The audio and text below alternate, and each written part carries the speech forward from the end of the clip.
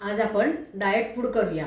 कडधान्य, मोड आलेले कडधान्य घेतले तरी चालतील किंवा भिजवलेले धान्य कडधान्य घेतले तरी चालतील। ते खाल्ल्याने काय होतंय, मग आपल्याला जर डाएट करायचं नसेल पण तसं खायचं आहे प्रौढचे कडधान्य आलेले कडधान्य, तर आपल्याला काय करायचंय, मोड आलेले शिजवलेले खायचे। आणि जर आपल्याला डाएट करायचं असेल तर न शिजवलेले कच्चे कडधान्य म्हणजे हिरवे मूग, मटकी, वाटाणा, त्याच्यावर शेंगदाणा, हे कांदा टोमॅटो घालून हे डाएट फूड करायचं। आता आपण तसंच तयार करूया। आता हे मी हिरवे मूग भिजवून शिजवलेले आहेत ते घेते। 1 वाटी हिरवे मूग आहेत हे, त्याला मी शिजवलेले पण मोड आणलेले नाहीये।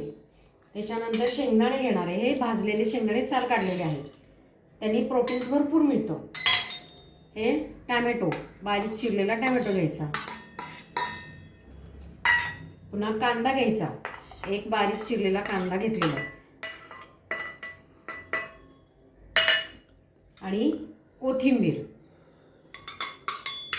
आता तुमच्याकडे जर गोड दही असं दही नसलं आंबट, तर मग तुम्ही त्याच्यामध्ये लिंबू पिळा अर्ध, आणि जर का लिंबू नसेल असेल लिंबू पिळा, नाही तर दही असेल तर दही घाला त्याच्यात। आता हे आहे तांबडं तिखट आणि मीठ घातले मी थोडंसं याच्यामध्ये, ते मिक्स करून घेते। आणि ही मिरपूड आहे, मिरपूड आणि जिरपूड हे एकत्र मी करून ठेवलेलं आहे, ते एक त्याच्यात घालते। आणि माझ्याकडे आता दही आहे म्हणून मी दही घालून घेते। मग दही जास्त घालायचं नाही, जर आंबट आवडत असेल घाला, जसं पातळ घट्ट ज्या पद्धतीने हवे तेवढं दही त्यात घालायचं। आता हे सगळं मिक्स करून घ्यायचं आहे। हे आपलं मिक्स झालेलं आहे।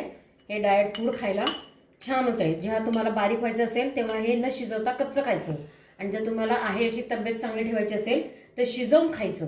म्हणजे मग शिजवून घ्यायचं आणि मग ते गार झाल्यावर असं त्या पद्धतीने करायचं। तुम्हाला हवे असले तर थोडीशी साखर घाला, थोडंसं मीठ घाला, नाही तर काळं मीठ घातलं तरी चालतं, ते तर फार चांगलं असतं तब्येतीला।